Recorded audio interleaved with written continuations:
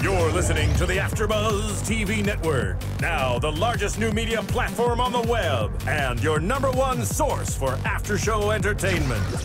Very good, Gene Johnson.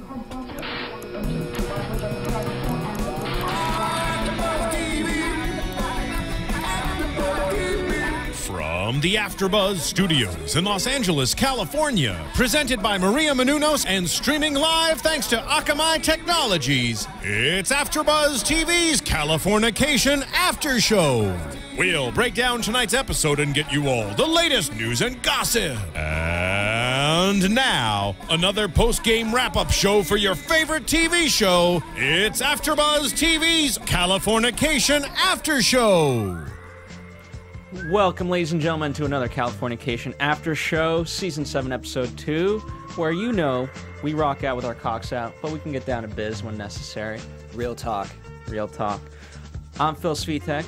I am Andreas Sgourdos. Hey guys, and I'm Stephen Lemieux over here in the corner. That's right. Every week we're missing the first episode. Every week we're adding a new person, so next week we're going to add our fourth and final panelist, Roxy Stryer. Get some estrogen in this room. I feel like there's too much testosterone. Yeah, well, you know, for these first few episodes, it might be necessary. True story. And then we'll bring in the girl. It's called Julia, aptly titled. Yes, after Levon's mom, Heather Graham. Indeed. But before we get to, as always, kind of Hank's storyline, let's start off with Runkle and his continuation of problems in the bedroom. Yeah, nothing's changed since the last episode. He's still having problems with his apparatus not working correctly. So this time he resorts to the blue pill for ED, and I don't know. He almost had it when he thought that Stu was using it for the same purpose. Yeah. Yeah, right? Like it's, oh yeah, Stu used them all the time. Oh, you mean he had trouble with ED? Oh no, we just used it for fun. It was like a T1000 boner. It's like... Yeah, she compared it to a T1000, which is like... Nothing is more emasculating than hearing about... her ex-boyfriend's horse cock. Just other guys in general in the bedroom. That's what's killing his boner.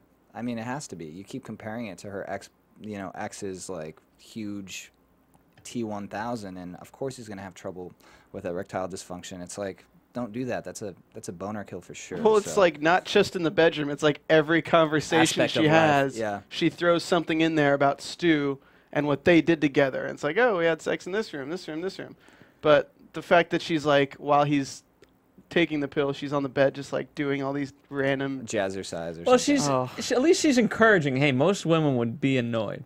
Yeah. I feel like, at least, you know what I mean? She's crazy, and her pointing to her hoo-ha. He's a glutton for punishment, though. I don't think most men would actually put up with the half of the shit she puts them through. But, I mean, they're a match made in heaven. I think they work well together. They put each other through hell. I mean, they interrupt Hank about to tell Karen about Levon and everything. Yeah. And she gives a whole analogy about sucking a baby's cock. Ugh. Because it was like sucking a hot dog covered in foreskin, but it got smaller as she sucked it. Yeah. It just didn't make sense. Oh, that is the worst. It's like a description baby ever. penis. Like, oh, God. What is it about him that she's attracted to at this point? I mean... I think it's just the history. They have the history. Yeah, it's that and the promise of greener pastures later to come, perhaps. But I feel like when you start comparing your significant other's penis to a foreskin hot dog wrapped in foreskin, I feel like all the attraction has gone out the window, and it's like, no, it's just, I don't know. It's sad. But it's them. I mean,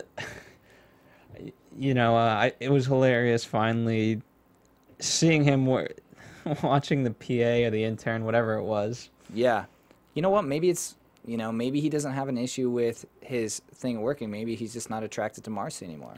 Well, it's kind of weird because you'd think he would be attracted to Marcy because he fought so much for her, but it was mostly the chase in some respects because their marriage wasn't perfect before they split up in the first place. Yeah.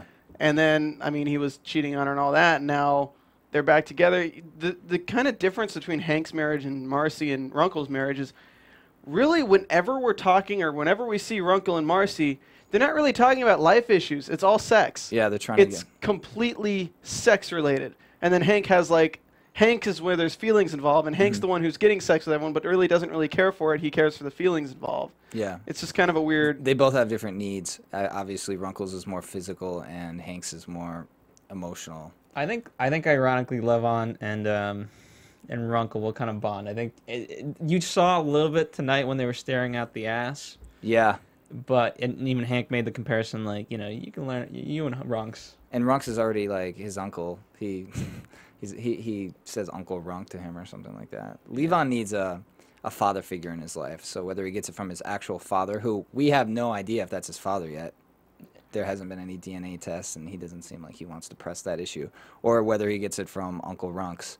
He just definitely has that void in his life that he needs to fill. And it's kind of sad, but... Are we getting into Levon now, or are we going to wait a little bit more? I only brought it up as a comparison to Runks. Okay, yeah, we'll wait a little bit. But the other story, let's talk about the writer's room. Oh, I love it. You know, that's a whole new cast of characters that we're in love with now. Such a dysfunctional writer's room. Is any writer's room really? I mean, my roommates are both writers, and they tell me about the writer's room and the things like that. And yeah, there's the people who are very eccentric, and of course we're in Hollywood. You're going to deal with the people like, I need to be gluten-free, can't touch any shellfish, can't touch, like, those people. But, like, usually it works like how it was in that one moment where everyone's, like, throwing out ideas, like building on stuff. It's usually not everyone just hates each other. Yeah. Unless it's a very poorly managed writer's room. Yeah.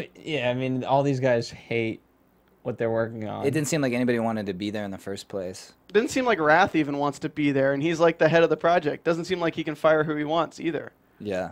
I feel like Hank entering that little, like, I think Hank coming into that party, I think he's going to be a breath of fresh air for the most part. I think people might get excited about writing again.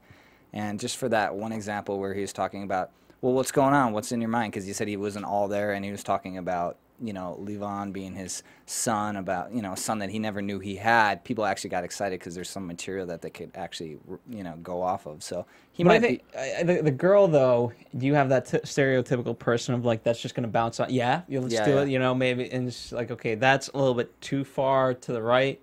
Yes, portions of it can be used, but yeah, we don't have to all go there. I can't figure out Terry, but Terry is amazing. Yeah, we're trying to figure out whether he's a girl or a boy. But she hates Hank for being a rapist. I'm working with a rapist. Yeah. I don't feel safe being in the same office as somebody who's a convicted rapist. Yeah. It's like, well, actually, I got raped by her, but, I mean, you don't see reading that. Yeah. I don't know. I think it's interesting because, like, Hank's a novelist. He's not really like a writer, like a TV writer. There's such a different way. It's like when you're a novelist, you write your story, you write your transcript, you get some notes from the publisher, and then you change it a little bit. But all in all, your story is the same. When you're in a writer's room, it's like one idea is yours, one idea is someone else. It creates a collage of ideas to create an overall concept that is what they turn the script into, and one writer gets that and writes the script. But so I don't know how Hank's going to cope with, like, oh, he might have a good idea, but it gets trampled over by this terrible idea that somebody else does, but they chose that over his. So I feel like we're going to see some sabotage in the future of somebody else's idea was like what they went with, but then he probably takes the script, makes annotations to it, puts his own ideas in, and turns that in as the original. Yeah, his ego might get the better of him. But it'll make it better, I think. Yeah, well, there'll definitely be some tension in that room, for sure. I mean, I think if anything, if he doesn't like the idea, he'll just do his typical joking fashion. So he'll write the script as it's supposed to be, but, you know, they're like, what is this? Well, you called for it, right? The guy, he goes and he rapes the kid. Yeah. This is not what we wanted. Well, that's the story idea. So I wrote it. I already sent it to Rath. I mean, he already proved it. I mean, I took your ideas, guys. Yeah. So I don't know. I think maybe we'll see a combination of both. I love how every personality is just so different. You have the one guy who's trying to help Hank of like, dude, 20 years of alimony. You don't want to go down that road. I got a lawyer for you. That was funny. We don't know his name yet, do we? No, we don't know his name. But then we also get introduced to Hugh, who's like, oh, we got cupcakes. And Hugh, and then we got Goldie, who's gluten-free, yet her salad is definitely not gluten-free. Hugh is the type of guy that just loves the free food aspect of it. Yeah. Because he loves his burger. # lunch. And Goldie is just I don't know how to classify her, but yeah, she's at least for now, she's the typical person who's just allergic to everything. Yeah. Well, it seemed like she was making eyes at Hank, too, a little bit, too. Sexually frustrated girl with a lot of food allergies. Yeah. And I feel like Hugh, for some reason, he probably was a PA and just moved his way up because people were quitting or getting fired. So I don't know if he was actually a writer to begin with. I feel like maybe he was a PA and then somebody quit and he became a writer's assistant, and then there might have been a position for him. So Well, like even Rath says it at the end. It was like, yeah, we got a PA position open up because we had to move someone up to writer's assistant because they complained about cleaning up the puke too much. yeah, And I think he was referencing Goldie then, right? No, well, no, he was referencing Goldie as the one who puked, but Yeah. she wasn't the writer's assistant, I don't think. No. But yeah, the one who puked. I feel like Rath is probably a difficult person to work for, and if you're able to put up with his crap, then you have able to move up pretty quickly. So I feel like that's how Hugh got his position as a writer. So we'll see. It's interesting. It's adding a lot of color to the episode. He brings him cupcakes when he's in a bad mood. Cupcakes. he brings gifts. And all the while, Levon's trying to FaceTime Hank. That's Yes. so annoying. Have you guys FaceTime before? I have. It but never works. You need an internet connection and the 3G connection. So you're like, okay, well, I don't have Wi-Fi here, so I'm not going to FaceTime you. I don't know. The whole concept of that is kind of ugh. I think I've never used FaceTime. I feel like the only time I would ever use FaceTime is if I met a girl online and I wanted to see if it was really her. But other than that, it's like I don't want to FaceTime. I use it for like, oh, it's like today it's Easter. Like I'll probably FaceTime my grandparents and just be like, hey guys, and then they can like pass the phone around. I can say hello to everybody. Yeah, that's cool. That's a good idea. Well, all the more why it's annoying for Hank. Yeah. It's just like, okay, you can't. First off, you can't just call me or text me. Yeah. It's like the extra added step of FaceTime. But it's kind of funny how they play on that. Like FaceTime, really, you're not going to look good on it no matter what. Like Yeah. you're holding it down here. You're going to have like the upward angle. It's like, and he calls. He's just like, yeah, man, how's it going, Dad? He doesn't care. You want to hang out, Dad? Yeah. Oh, what do you do? Oh, can you give me a job there? Yeah, he's very forward and blunt, and it's funny because it's like Hank doesn't have that kind of relationship with anybody in his life. I mean, it's the second episode of the season. He hasn't referred to his daughter one time. He hasn't talked to her. He hasn't FaceTime. So it's like he doesn't have that relationship with anybody. Just basically talking to him all the time, unless it's Runkles. So to have somebody who he just met, who could quite possibly be his son, FaceTiming him from a couch from his mom's house, it's just like this is new territory for him, and I feel like he's gonna get annoyed pretty quickly.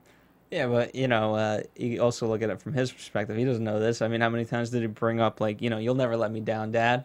Yeah, like, the kid has no idea what's going on. He's ignorant to the fact, like the fact that he doesn't think dads. That was a joke. It's so because it's like he doesn't think that dads will ever let him down, or like that's just not characteristic. Well, the fact that he's calling him Dad. I mean, come on. If you found out that you were like randomly right now, you find out you were adopted or something, Yeah. and your real father was like next door, and you went and talked to him. Yeah. You wouldn't be like, hey, Dad. Yeah.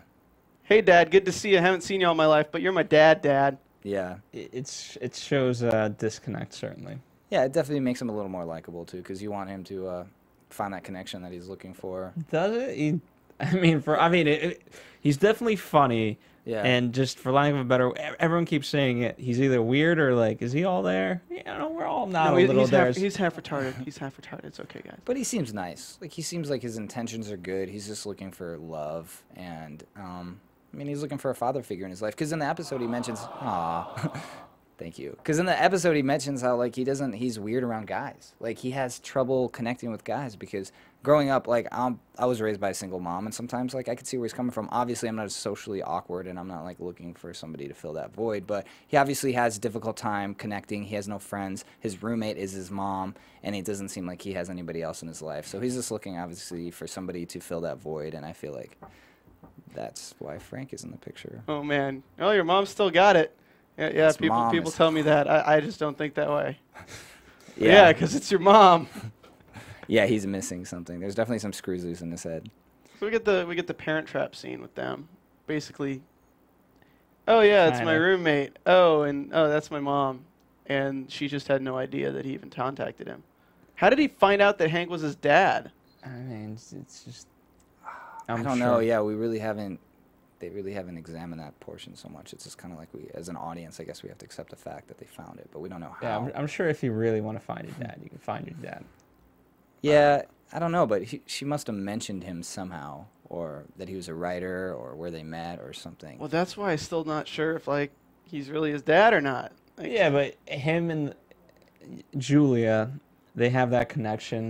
They're not when they met up in the bar, they weren't really questioning it. Yeah. They kind of knew of what's going on. Which says, like, Frank might be actually open to the fact that he might have a son, and he's okay with that. Because if he was really on the defense and he didn't want a son, he'd be like it would be an episode of Maury. Like, I want to see the DNA test. I don't think he's my son. And it's not like Julia's approaching him from an aggressive standpoint where she's looking to get some monetary gratification out of the fact. Like, she's not looking for money so far. So it's not like he has to get on his defense. It's basically like, well, this is my son, possibly your son, and, you know, he's just looking for a father figure, and I don't want you to hurt him. So Well, I also want to kind of take a step back too to when what time of life this was where Hank met Julia. About because 20 years ago. Yeah, because he wasn't like the gigantic womanizer that Hollywood made him. Remember, Yeah. because he met her. in New York, right?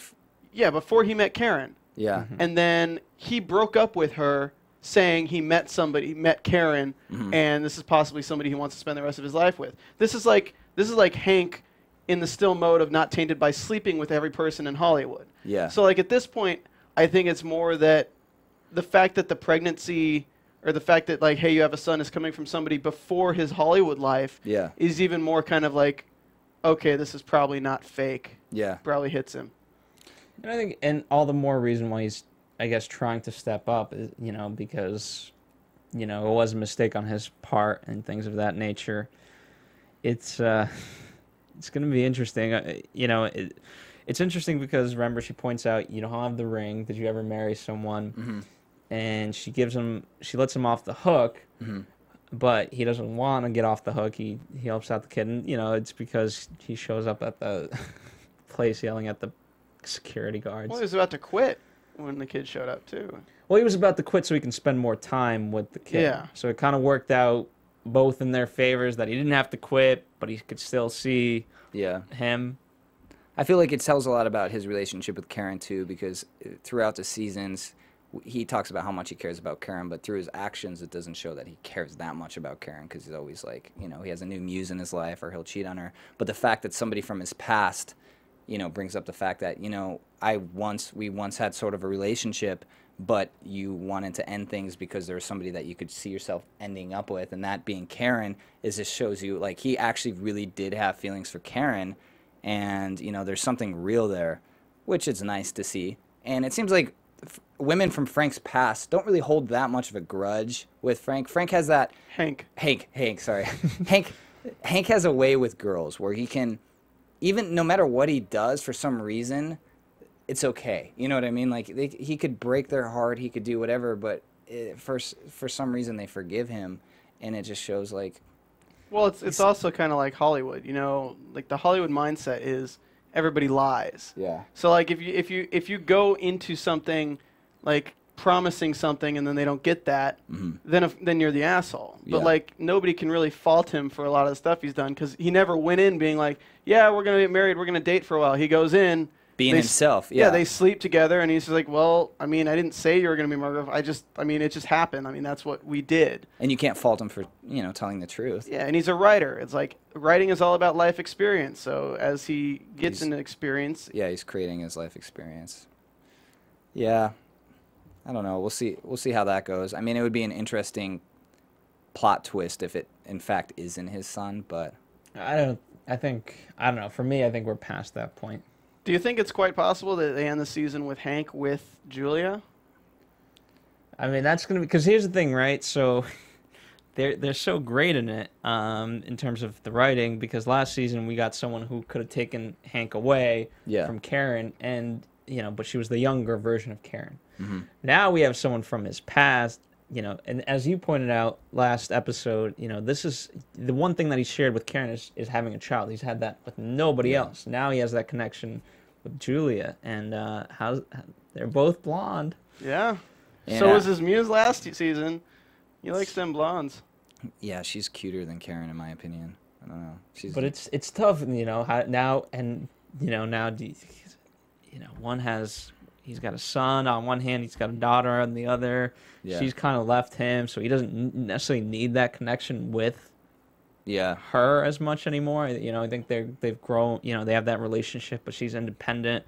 And, you know, if he wants to have a relationship with his son, that also means a relationship kind of at this point now with Julia, because, you know, dad, mom. Yeah.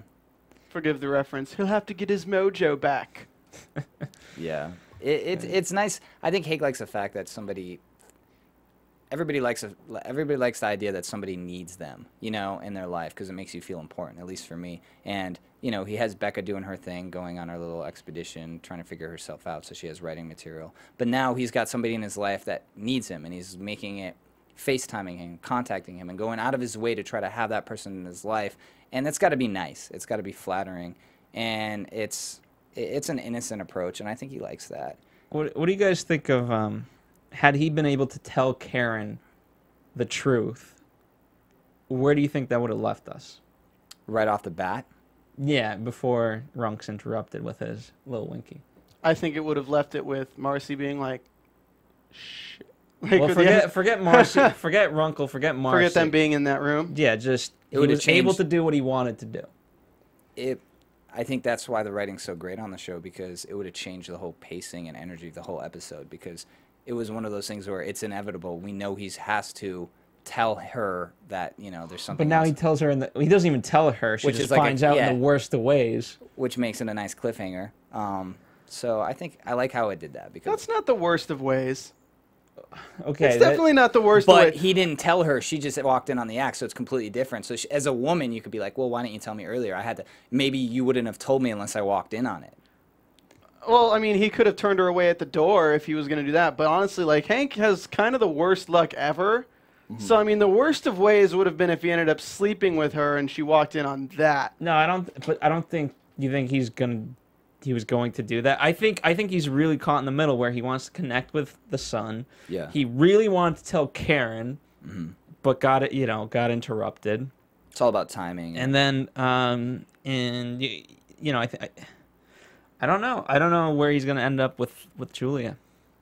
I think, like I said, I think if he would have told her from the get-go before she walked in on Julia, she might have been a little more forgiving. But the fact that she's like, well, were you just going to keep this from me? Are you only telling me because I happen to walk in on you and Julia? So, I don't know. And then you have to, and what about, you have to factor her expectations in. As I said, I think because she was asking some of those questions and at the bar, and then he, you know, went against it, and as she says, you know, thank you for ignoring me. That's what I'm great at. You know, I think the Hank charm is working on her too. Yeah, Hank Charm works on everybody. And Unfortunately. it's crazy because obviously Karen has a lot of feelings, and she thinks like, because in the beginning of the episode she's talking about, you know, I'm She so got on happy the she man likes bag. change. She got him a Merce. A Merce, there you go. Yeah, man bag for his new job. She's excited. You know, potentially things are going to start working out. They're going to try this again. And then obviously Julia comes in with Levon. So in Karen's mind, everything's going as planned. You know, Frank is changing for the better. You keep calling him Frank. Wait, Oh, yeah, Did Hank, you have a Hank. father figure Why? named Frank in your life? Yeah. Hank. I'm sorry. I don't know. They rhyme. I'll just start calling him Moody. That's because they're 2 letters off. Yeah. That's why they rhyme. Frank and Hank. Yeah. Anyway. Tank. Steven, any thoughts? Man, I mean, I don't know where this is going. I think he's gonna develop this relationship in the scheme of writing. I don't think he's gonna be the father. I think this is kind of like the coming of age thing for Hank. Is like Hank wants to be that responsible adult. Hank wants to be that person this season, and then this is just a wrench that's thrown into that whole mechanism. But for him to develop a relationship with Levon is kind of like a growing up experience, and I feel like it's gonna strengthen his relationship with Becca through having this experience with somebody like, well, how do you deal with this situation with a young adult who doesn't know where the father is, who wants to actually have a relationship with Hank, who thinks it's cool what he does as opposed to Becca who doesn't.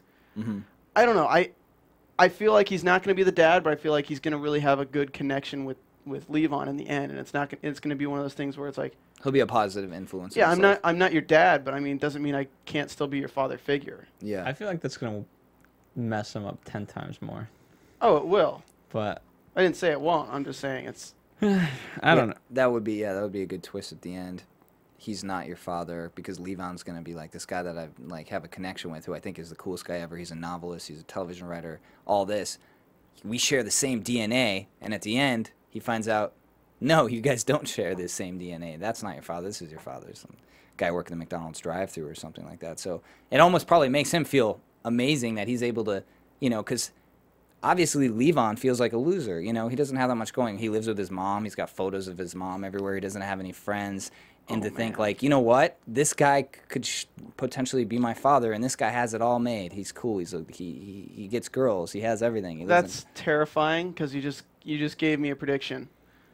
When you said the McDonald's thing, if they put it in the hands of Hank, who his real father is, like if let's say Hank just decides he really wants to know, and he without their knowledge gets his DNA and gets a DNA test run, and finds out who the father is, and it is somebody who's like just a total deadbeat, like nobody, like that's the secret Hank holds, whether he tells Levon, whether he tells Julia, like. Do you think he would? That's the thing. It's like he'd have to make that decision. It's like he has to either live with this, knowing that he's not this kid's father, and kind of treat him the same way he always has, or introduce the kid. And now his whole like father influence from Hank, I mean, he's going to want to know his real father, and then if his real father's an idiot, it's just going to conflict him even more and make him this even more socially awkward kid. Yeah. That's a tough one. That's writing right there. I think that's what they'll go do with. I don't. They've never gone with anyone. They go such a different route. Speaking of that, why don't we get into predictions? All right. Ooh. And now, your AfterBuzz TV predictions. We see snippets here and there. Oh, before we knock that out, I forgot one more thing. Oh, did we mention? We mentioned that Levon got the job there. He's this is his like first job basically. Yeah, he's gonna be a PA at the set. Says that the donut cop sucked, and right to Rath's face, and Rath's like, all right. And then, dude, Runkle, that whole scene with Runkle where Hank's quitting, and Hank quits with Marcy in the background, like fucking just pointing at her vagina and things like that. That was hilarious. And then when he shows up to set, he's like, dude, your agent guy called. He said you were in a car accident. Yeah.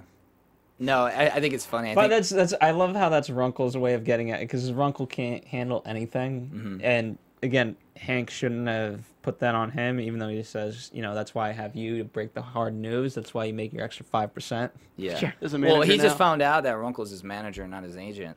Well, right? Runkle's out. Yeah, because Runkle's no longer an agent. Yeah. And he has no other clients. That was a smart move on his part, though. I mean, he got in a car accident. If he just told Rath, oh, he wants to quit on his first day, it would have been bad for Hank.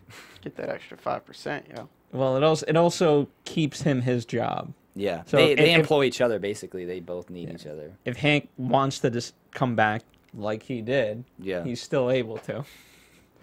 But, yeah. All right, well, I already said my predictions, really. I'm excited. You know, I'm excited to see where it's going. Obviously, the cliffhangers, Karen and Julia now see each other, and we're gonna. I don't know who we're gonna end up with. I don't know who. They always present such a, you know, a tough choice for us as the audience. It's like, well, we like Karen, but I don't. You know, right off the bat, I don't mind her either. I don't hate her. What's her skeleton in the closet? I have a lot of predictions. I feel like Julia and Karen. I feel like they're going to become really good friends. Is this like the other woman? The movie coming out where the women of the guy's life, they just all bond together, and like have coffee dates. I feel like those two are going to connect, and they're going to, you know, obviously, I think they're going to become really close friends. I think Levon. Here's this crazy prediction, just because I think it would be interesting. He wants to be an actor. I think maybe he gets discovered on the lot, and he gets a small part, and he gets like a line or two in some movie, and he blows up and he has a decent career out of that, and that would give him a lot of confidence as well. So I just think maybe Levon might, you know, be successful in a small role in a movie or something. It might be. It would be very funny if we went meta and cast him in Project X or something like that. I could see that happening because he has an interesting look, and he could play like a stoner kind of loser, nerdy look. So I think that would be an interesting spin on things. And I honestly don't think that is Levon is Hank's son. I think we're going to find out that his son is a deadbeat guy, and I do think what you said was correct, that I think the person who's going to find out is going to be indeed Hank. And whether Hank tells him or not, it's going to be up to Hank, and it's going to show a lot about his character, and I feel like Hank's not going to tell him. By the way, kudos to Oliver Cooper for, like, you know, just that one scene. You know, you have Heather Graham and David Duchovny and him, and he, you know, for his acting, real, this is phenomenal. He's standing right there, and you know, and that's just so great. And he even I'm still here. Yeah. He's really holding his own. It is weird, though, that Heather Graham, Julia, has pictures of herself all over her apartment. I mean, I don't have a single photo of myself in my apartment, and I feel like her whole apartment is completely. I don't covered think in- it's that weird. Huh? You don't think so? Yeah, that's not Just weird. photos of herself? Oh, I mean, she was an actress too, so it's like her Yeah. with people, her with other people, her with her family. Yeah. And it's girls. You're a guy. yeah, true story. Yeah. But yeah, so it's gonna be interesting to see what happens. All right, well, thank you guys for tuning in this week, and let us know what your thoughts are by commenting, whether on iTunes, YouTube, the website, whatever it may be, or email us at info@AfterBuzzTV. And guess what? There's the AfterBuzz app, whether Android or iOS. Just go on the website, download it, or search for it on Android or iTunes. You know, get your AfterBuzz shows that much faster. In the meantime, you can tweet us at AfterBuzzTV, Instagram, or Facebook, and we'll see you here next Sunday. Where can they find you guys? You can find me on Instagram at Greek Casanova. It's like the Greek Hank Moody, except Greek Casanova. Heck Stephen yeah. Lemieux. You can find me on Twitter and Instagram, or just Twitter, at Stephen Lemieux, StephenLemieux, as well as, I don't know, I'm not doing any of the shows yet, so we'll see. All right. All right. Well, it's been Californication, episode 2 of season 7. We'll see you next week with Roxy Stryer. From executive producers Maria Menounos, Kevin Undergaro, Phil Svitek, and the entire AfterBuzz TV staff, we would like to thank you for listening to the AfterBuzz TV network. To watch or listen to other after shows and post comments or questions, be sure to visit AfterBuzzTV.com. I'm Sir Richard Wentworth, and this has been a presentation of AfterBuzz TV. Buzz See you later. The views expressed herein are those of the hosts only and do not necessarily reflect the views of AfterBuzz TV or its owners or principals. Thank you for watching AfterBuzz TV on YouTube. For more of your favorite after shows and interviews, subscribe to our channel here, and be sure to share your opinion on the episode in the comment section below here. We'd love to see what you guys are buzzing about. Thanks again. Buzz you later.